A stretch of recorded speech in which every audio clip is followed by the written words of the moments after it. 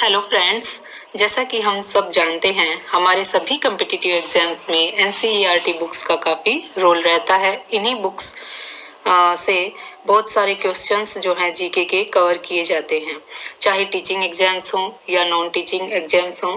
और इसी को ध्यान में रखते हुए हमने एनसीईआरटी बुक्स की सीरीज शुरू की है और इसी सीरीज में हम 6th क्लास की भूगोल का फर्स्ट चैप्टर जो है शुरू करने जा रहे हैं, जिसका नाम है सौरमंडल में पृथ्वी।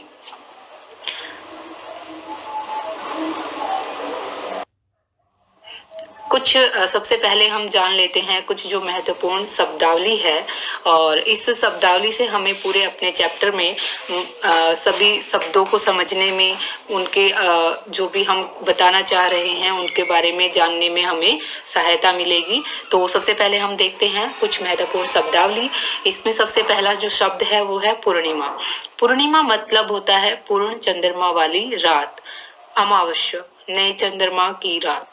खगोलीय पिंड, आकाश में प्राकृतिक रूप से पाई जाने वाली वस्तुएं, जैसे हमारे सूर्य, तारे, नक्षत्र मंडल और बहुत सारी ऐसी प्राकृतिक आकृतियां हैं, रूप हैं जो कि हम आकाश में देख सकते हैं। इन्हीं आकाश में दिखाई देने वाली प्राकृतिक रूपों को हम खगोलीय पिंड कहते हैं। नक्षत्र मंडल, नक्षत्र मंडल मतलब तारों के विभिन्न समूहों की विविध आकृतियां। जो तारे होते हैं, जो आसमान में बहुत सारी विभिन्न प्रकार की हम बहुत सारी आकृतियां देखते हैं। तारे एक अकेले नहीं, बहुत सारे तारे समूहों में रहकर बहुत सारी आकृतियां बना देते हैं। उन्हीं आकृतियों को हम नक्षत्र मंडल कहते हैं। भू आभ का मतलब होता है पृथ्वी के समान आकार। जिस वस्तु का पृथ्वी के समान आकार हो उसे भू आभ कहा जाएगा। अभी हम आगे बढ़ते हैं, और आगे बढ़ने के साथ साथ यहाँ देख सकते हैं हम रात के समय आकाश कैसा दिखाई देता है। हमें दिखाई दे रहा है यहाँ पर कुछ तारे ऐसे हैं जो बहुत ही टिमटिमा रहे हैं, बहुत ही चमक रहे हैं, और कुछ तारे हमें धुंधले दिखाई दे रहे हैं। जो धुंधले तारे हैं वो इतनी दूर हैं कि वो इसीलिए हमें धुंधले दिखाई दे रहे हैं, और हमारी पृथ्वी से इन तारों की दूरी बहुत ही ज्यादा है, इसीलिए ये जो हैं तारे हमें इतने धुंधले भी दिखाई देते हैं और कुछ तारे इतने चमकीले भी दिखाई देते हैं। तो ये रात के समय का जो आकाश आप यहाँ पर देख सकते हैं। चंद्रमा की स्थितियां, अब हम देखते हैं कई बार चंद्रमा पूरा होता है, पूरे चांद को हम आसमान में देखते हैं, और कई बार क्या होता है कि चांद की सिर्फ एक हम हल्की सी जो है उसकी एक लाइन के जैसी ही हम उसकी आकृति को देखते हैं। तो चांद जब हमें पूरा दिखाई देता है, पूरा जब हम चांद को देखते हैं रात के समय में, तो उसको हम उस रात को हम बोलते हैं पूर्णिमा, यानी कि पूर्ण चंद्रमा वाली रात। और जो अमावस्या की रात होती है, हमने सुना है कि आज अमावस्या है, आज पूर्णिमा है, तो वो इन्हीं से रिलेटेड होती हैं।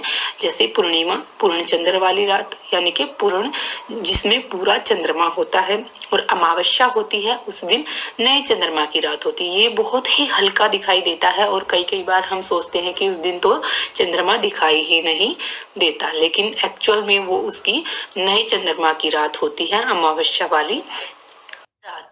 अब हम देखते हैं खगोलीय पिंड। जैसा कि हमने शब्दावली में भी पढ़ा था कि खगोलीय पिंड क्या है। खगोलीय पिंड जो आकाश में प्राकृतिक रूप से पाई जाने वाली जो रूप हैं, प्रकृति के रूप हैं, वो ही सारे क्या हैं, खगोलीय पिंड कहलाते हैं। अब हम यहाँ पर देख सकते हैं बहुत सारी वस्तुएं हमें दिखाई दे रही हैं। तारे हैं, हमारे एक सूर्य जो आग का गोला भी जिसे कहा जाता है, सूर्य है, और उसके चारों तरफ जो जितने भी ये ग्रह हैं वो उसका चक्कर लगाते हुए हमें दिखाई दे रहे हैं। तो इन्हीं आकृतियों को, इन्हीं रूपों को जो प्राकृतिक रूप से आकाश में पाई जाती हैं, उनको हम क्या बोलेंगे, खगोलीय पिंड। अभी देखते हैं खगोलीय पिंडों की हम जानकारी। तो सबसे पहले जो जानकारी है उसमें हम देखेंगे कि तारा जो है एक खगोलीय पिंड है, इसीलिए हम इसको पढ़ रहे हैं। खगोलीय पिंडों की जानकारी के अंतर्गत। तो तारा जो है वो क्या है, तारे क्या हैं, ये गैसों से बने हुए होते हैं और इनके आकार जो होता है वो बड़ा होता है और ये जो है गर्म होते हैं। इनके पास अपनी ऊष्मा और प्रकाश भी होता है। जैसा कि हम जानते हैं सूर्य के पास अपना प्रकाश और ऊष्मा है, इसीलिए सूर्य भी एक तारा है। उसका आकार भी बड़ा है और सूर्य भी गैसों से मिलकर बना हुआ है। ऐसे ही एक हम ध्रुव तारा देख सकते हैं आसमान में, जो कि उत्तरी दिशा में हमेशा हमें दिखाई देता है, जो हमें उत्तरी दिशा के बारे में बताता है और ये एक ही दिशा में यानी कि उत्तरी दिशा में ही रहता है। अब हम देखते हैं नक्षत्र मंडल।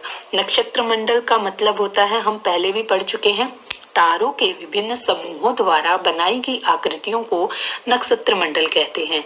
जैसे अब इन नक्षत्र मंडलों के भी नाम होते हैं।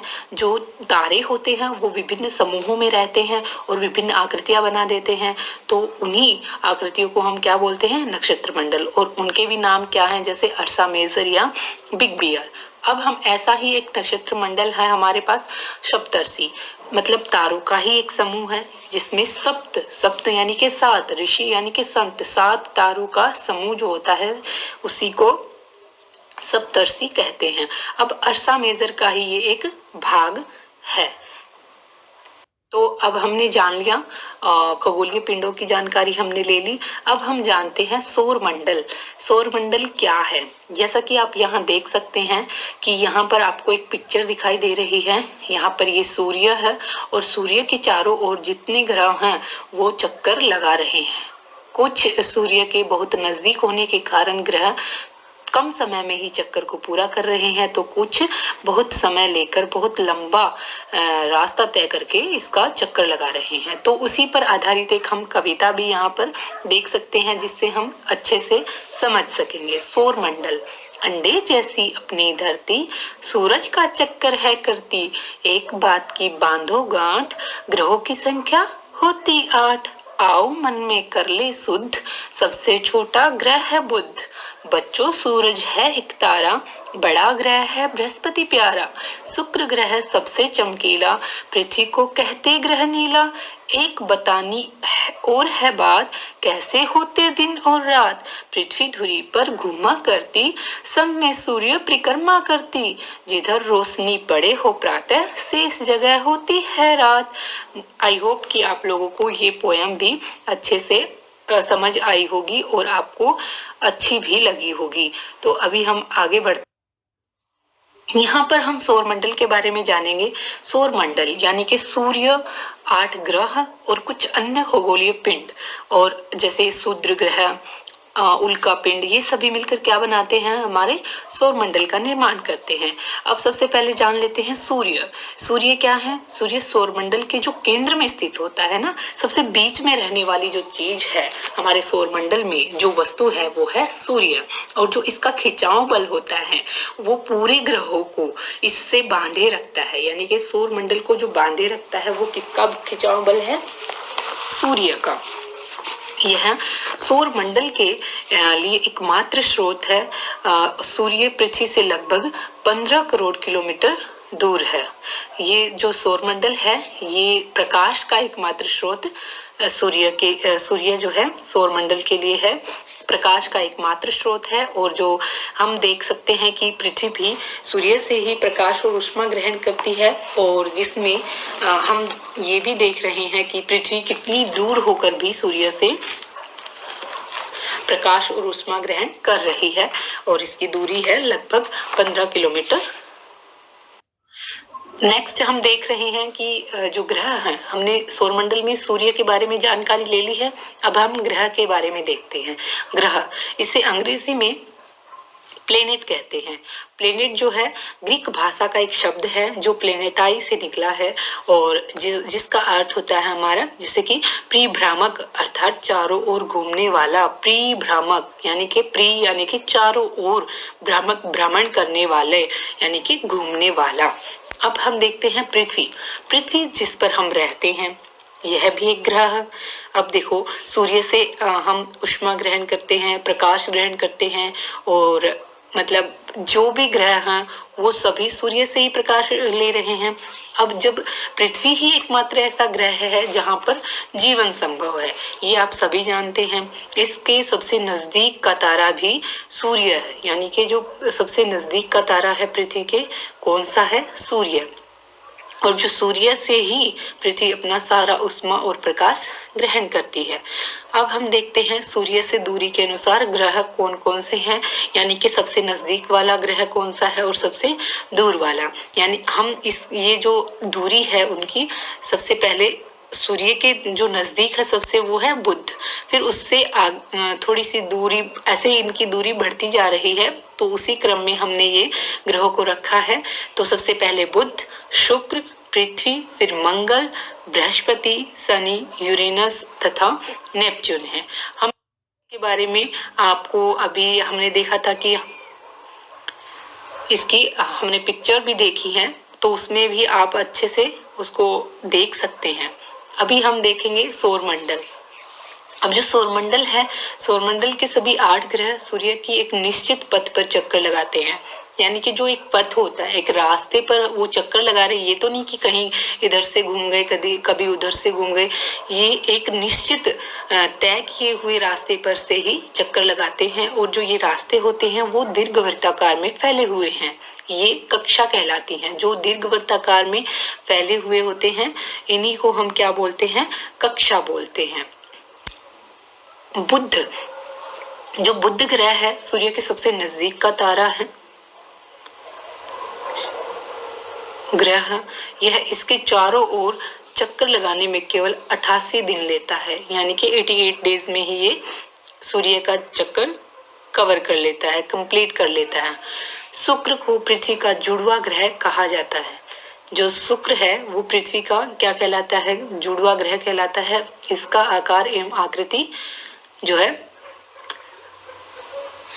लगभग पृथ्वी के समान है, इसी कारण इसे हम कह सकते हैं कि शुक्र को पृथ्वी का जुड़वा ग्रह कहते हैं।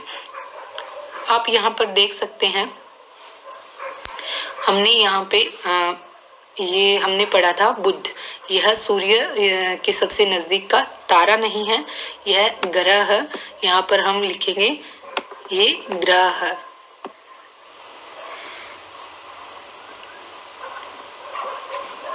एक मिनट,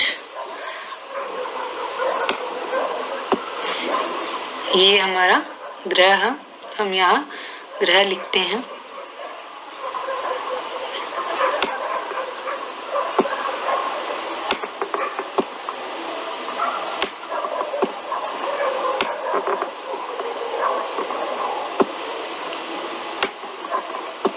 ये तारा नहीं है, हम यहाँ याद रखेंगे यह सूर्य के सबसे नजदीक का ग्रह है। यह इसके चारों ओर चक्कर लगाने में केवल कितने दिन लेता है? 88। और अब हमने शुक्र के बारे में भी पढ़ लिया है, ये ग्रह हैं सौरमंडल के। अब हम आगे बढ़ते हैं। सूर्य, सूर्य से दूरी के हिसाब से तीसरा ग्रह जो है पृथ्वी है। जो पृथ्वी है हमारी, वो सूर्य से दूरी के हिसाब से तीसरा ग्रह है। आकार में 5वां सबसे बड़ा ग्रह है। जो पृथ्वी है हमारा, आकार में कौन सा सबसे बड़ा ग्रह हुआ? 5वां। यह ध्रुवों के पास थोड़ी चपटी है। ध्रुवों के बारे में हम अपने नेक्स्ट चैप्टर में डिस्कशन करेंगे। अभी सिर्फ हम जानेंगे कि जो पृथ्वी है वो ध्रुवों के पास थोड़ी सी चपटी हुई है। ये नहीं है कि वो हर जगह से गोल है, गोल नहीं है। यही कारण है कि इसके आकार को हम भूआब कहते हैं। जो इसका आकार होता है वो भूआब हो, और जिसका अर्थ है पृथ्वी के समान। जो है, जो पृथ्वी ध्रुवों के पास है उसे भी, उसको क्या बोलेंगे? भूआब कहेंगे। जीवन के लिए अनुकूल परिस्थितियां यहाँ पर पाई जाती हैं, और इसीलिए पृथ्वी को सौरमंडल का सबसे अद्भुत ग्रह भी कहा जाता है, क्योंकि यहाँ पर जीवन संभव है। अब हम अंतरिक्ष से जब भी पृथ्वी को देखेंगे तो यह हमें नीले रंग की दिखाई देती है। इसका क्या कारण है? क्योंकि इसकी सतह जो है, 2/3 सतह जो है वो पानी से ढकी हुई है, और इसके लिए इसे नीला ग्रह भी कहा जाता है।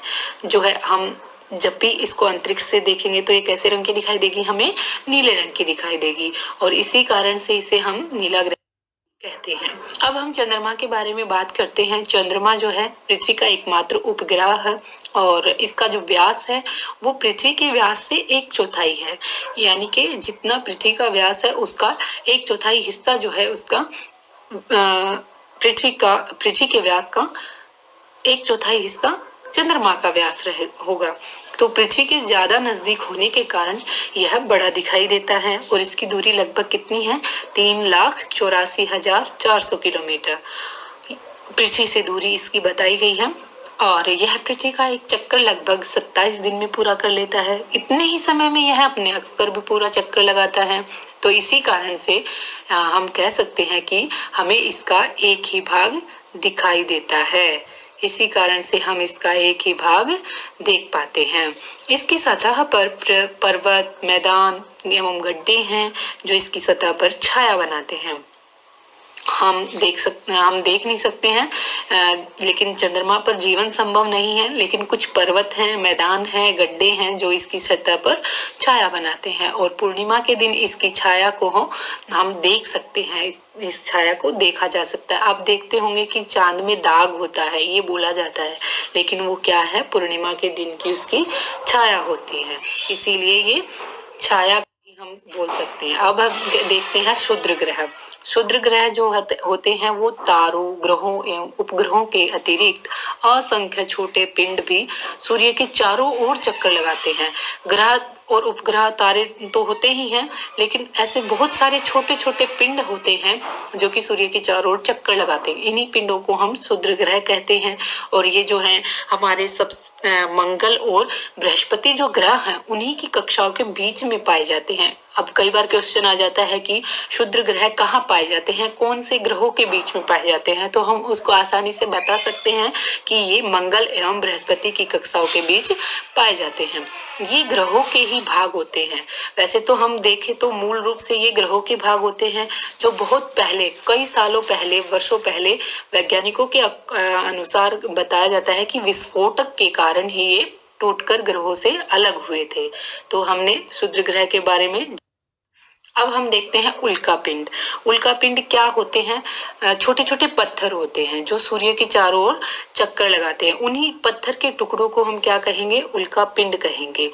ये कभी कभी क्या होता है कि ऐसा लगता है कि ये पृथ्वी पर गिरने वाले होते हैं और इसी कारण से इनके जो वायु के साथ घर्षण पैदा हो जाता है और जिसके कारण ये गर्म होकर जल उठते हैं और उनके जलने के कारण ही इनमें एक चमक उत्पन्न होती है। इसी को हम मतलब जिससे एक चमकदार प्रकाश बोल सकते हैं वो उत्पन्न हो जाता है। कई बार क्या होता है कि ये पूरी तरह मतलब ये जो उल्का पिंड होते हैं पूरी तरह नहीं जल पाते हैं, जिसके कारण ये पृथ्वी पर भी आ गिरते हैं और जिससे पृथ्वी में बहुत बड़े गड्ढे भी बन जाते हैं। ये हमारे उल्का पिंड की जानकारी है। अभी हम देखते हैं ये आकाश गंगा है।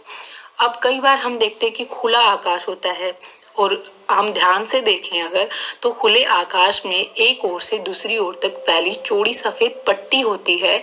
वो एक चमकदार हमें रास्ता दिखाई पड़ता है। इसी पट्टी को हम क्या कहेंगे? आकाश गंगा कहेंगे। आकाश गंगा बहुत सारे मतलब लाखों तारों का एक समूह होता है और इसी समूह को हम आकाश गंगा कहते हैं। यह करोड़ों तारों, बादलों तथा गैसों की एक प्रणाली है। लाखों आकाश गंगाएं मिलकर ब्रह्मांड का निर्माण करती हैं। हम देखते हैं कि देखो अभी हम सोच सकते हैं कि सबसे पहले क्या है, पृथ्वी कहाँ पर है? सौर मंडल के अंदर है। यानी कि वो पृथ्वी किसका हिस्सा हुई? सौर मंडल का हिस्सा हुई। और सौर मंडल किसका हिस्सा हुआ? आकाश गंगा का। और आकाश गंगा किसका हिस्सा हुई? ब्रह्मांड का। इस प्रकार से हम इसका डायग्राम भी बना सकते हैं, तो हम इसको याद भी रख सकते हैं। अभी हम देखते हैं कुछ रोचक तथ्य हैं जो इस चैप्टर के दौरान आए हैं और हमने अभी इनके बारे में डिस्कस नहीं किया है, तो वो जान लेते हैं। आंतरिक ग्रह सूर्य के बहुत नजदीक होते हैं। ये चट्टानों से बने होते हैं। जो सूर्य के बहुत नजदीक वाले ग्रह होते हैं उन्हें हम कह रहे हैं आंतरिक ग्रह। और ये किन से बने हैं? चट्टानों से। इनके नाम हैं बुध, शुक्र, पृथ्वी, मंगल। और जो बाह्य ग्रह होते हैं वो गैस और तरल पदार्थों से बने होते हैं। और जो बचे हुए ग्रह हुए जैसे हमारे बृहस्पति, शनि, यूरेनस, नेपच्यून, ये चारों ग्रह कौन से हो गए? बाह्य ग्रह। अब हम देखते हैं प्रकाश की गति 3 लाख किलोमीटर प्रति सेकंड है और इस इतनी तेज गति होने के बावजूद भी सूर्य के प्रकाश को आने में लगभग 8 मिनट पृथ्वी पर आने पर लग जाते हैं। अब एक नेक्स्ट हमारा जो रोचक तथ्य है वो है नील आर्मस्ट्रॉन्ग, जो ऐसे व्यक्ति थे, पहले व्यक्ति थे जिन्होंने चंद्रमा पर कदम रखा था और उन्होंने चंद्रमा पर कदम रखा था 21 जुलाई 1969 को। उपग्रह किन्हें कहते हैं? जो ग्रहों के चारों ओर उसी तरह से चक्कर लगाते हैं जिस प्रकार से ग्रह सूर्य के चारों ओर चक्कर लगाते हैं, उन्हें हम क्या कहेंगे? उपग्रह। अब कुछ शब्दों की उत्पत्ति भी हुई है, जैसे कि अब जियोग्राफी है। जियोग्राफी एक अंग्रेजी का शब्द है वैसे तो, और ये लिया गया है हमारी ग्रीक भाषा से, और जिसका अर्थ है पृथ्वी का विवरण। और ऐसे ही जियोग्राफी यानी कि जियोलॉजी से बना है, जिसका अर्थ है पृथ्वी का अध्ययन। जियोमेट्री का अर्थ है पृथ्वी का मापन, और जियोइड्स का मतलब है पृथ्वी के आकार के अनुरूप। धन्यवाद। आशा करती हूँ आप सभी को मेरी वीडियो पसंद आई होगी। अगर आपको पसंद आई है तो please subscribe, share and like जरूर कीजिएगा, और सजेशंस भी आपके हमें इंतजार रहता है कि आप सजेशंस भी दें।